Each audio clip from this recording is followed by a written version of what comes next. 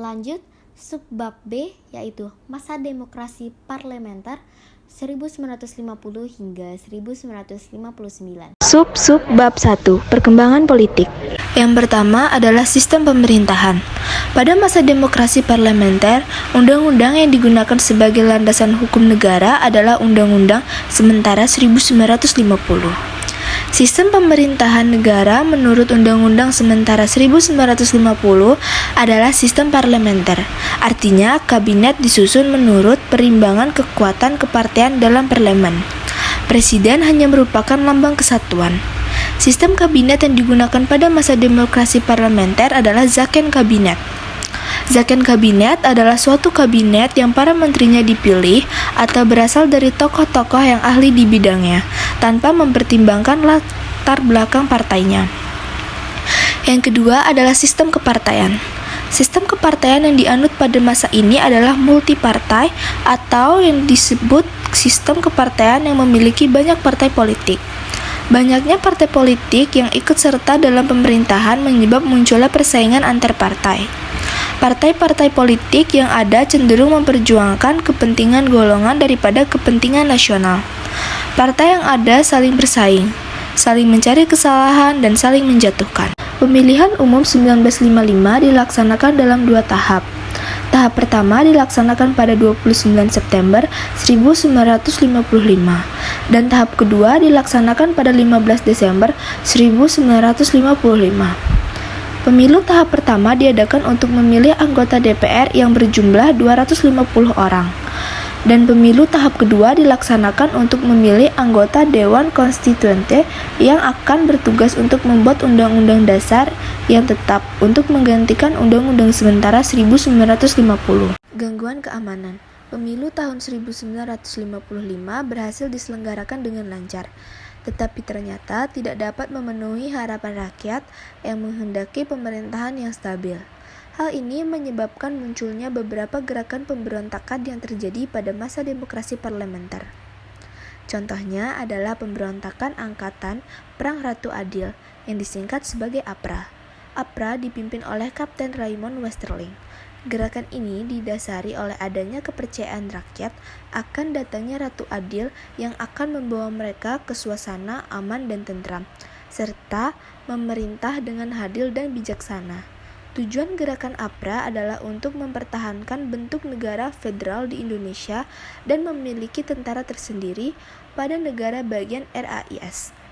Pemberontakan ini berlangsung pada tanggal 23 Januari 1950 di Kota Bandung.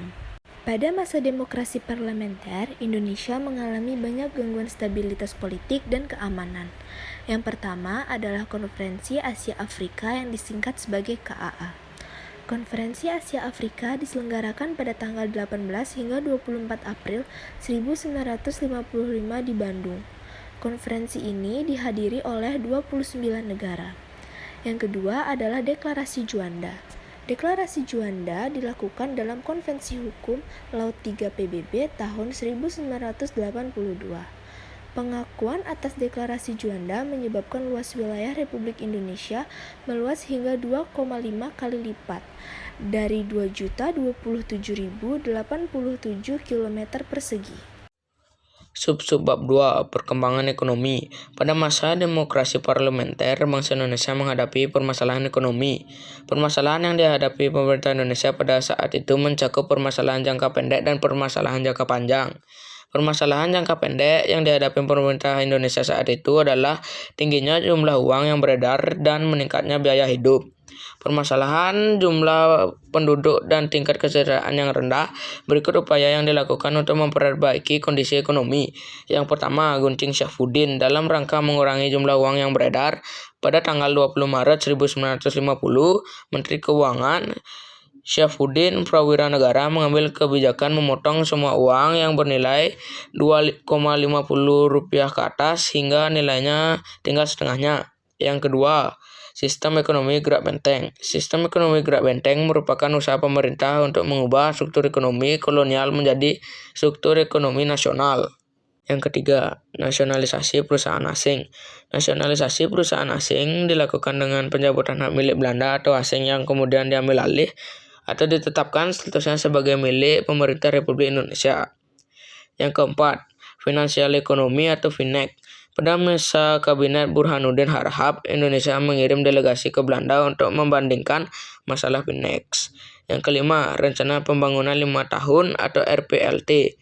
Pada masa Kabinet Ali Sastromijoyo II, pemerintah menyusun rencana pembangunan 5 tahun yang rencananya akan dilaksanakan antar tahun 1956 hingga tahun 1961.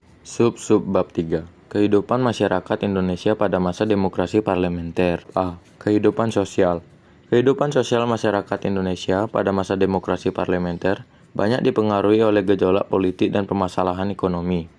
Gejolak politik menyebabkan munculnya gangguan keamanan di berbagai tempat dan upaya perbaikan ekonomi yang tidak berjalan lancar, menyebabkan meningkatnya angka kemiskinan dan pengangguran. B. Pendidikan. Pada tahun 1950, diadakan pengalihan masalah pendidikan dari pemerintah Belanda kepada pemerintah RIS. Kemudian, disusunlah suatu konsepsi pendidikan yang dititik beratkan kepada spesialisasi sebab menurut Menteri Pendidikan pada saat itu, bangsa Indonesia sangatlah tertinggal dalam pengetahuan teknik yang dibutuhkan oleh dunia modern. Menurut garis besar konsepsi tersebut, pendidik umum dan pendidik teknik dilaksanakan dengan perbandingan 3:1.